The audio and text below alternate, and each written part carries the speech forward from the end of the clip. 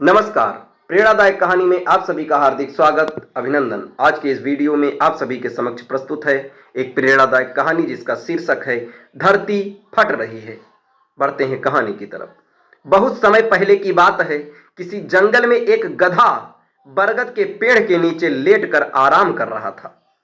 लेटे लेटे उसके मन में बुरे ख्याल आने लगे। उसने सोचा, यदि धरती फट गई तो मेरा क्या होगा। अभी उसने ऐसा सोचा ही था कि उसे एक जोर के धमाके की आवाज आई। वह भयभीत हो उठा और चीखने लगा, भागो भागो, धरती फट रही है, अपनी जान बचाओ। और ऐसा कहते हुए वह पागलों की तरह एक दिशा में भागने लगा। उसे इस कदर भागता देखकर कई लोग, एक अन्य गधे उससे पूछने लगे, अरे क्या हुआ भाई, तुम इस तरह बदहवास होकर भागे क्यों जा रहे हो? अरे तुम भी भागो, अपनी जान बचाओ, धरती फट रही है।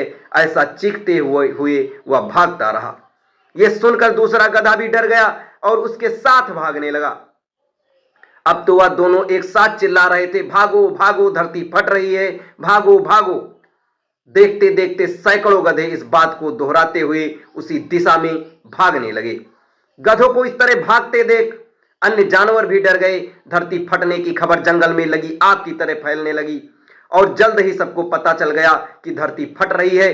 चारों तरफ जानवरों की चीख पुकार मच गई। सांप, बिच्छू, सियार, लोमड़ी, हाथी, घोड़े सभी उस झुंड में शामिल होकर भागने लगे।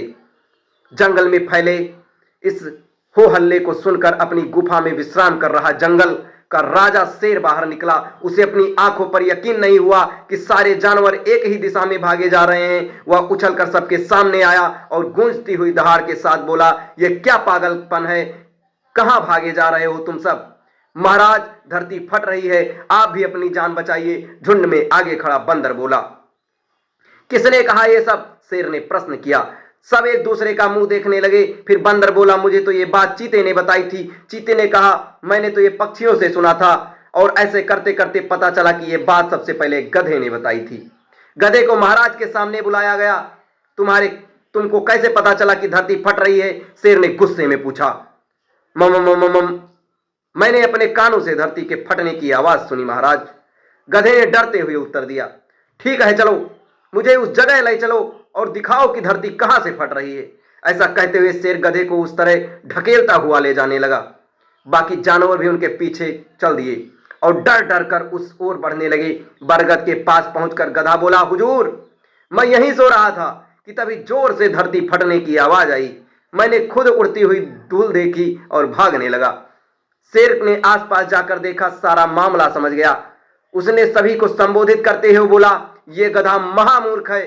दरअसल पास ही नारियल का एक पेड़ ऊंचा लगा था और तेज हवा चलने से उस पर लगा एक बड़ा सा नारियल नीचे पत्थर पर गिर गया। पत्थर सरकने के आसपास धूल उड़ने लगी और ये गधा ना जाने कैसे इसे धरती फटने की बात समझाने लगा।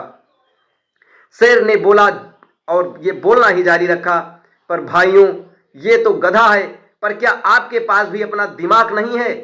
जाइए, अपने घर जाइए और आइंदा से किसी अफवाह पर यकीन करने से पहले जरा सोचिएगा।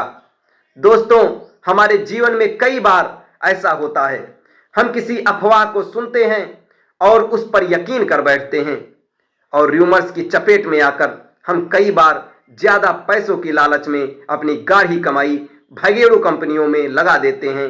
तो कई मामलों में ये दंगों और भगदड़ के रूप में कई जान ले लेता है। इसलिए हमें किसी गधे की बात में यकीन करने से पहले अपना दिमाग जरूर लगा लेना चाहिए और यह भी समझना चाहिए कि अगर सैकड़ों लोग भी किसी गलत चीज को बढ़ावा दे रहे हैं तो वो भी गलत ही रहती है और उससे हमें बचना ही चाहिए। दोस्तों, ये कहानी आपको कैसी लगी कमेंट बॉक्स में जरूर बताएं और ऐसी ही ढेर सारी कहानी के लिए हमारे चैनल के साथ जुड़े रहें। धन्यवाद।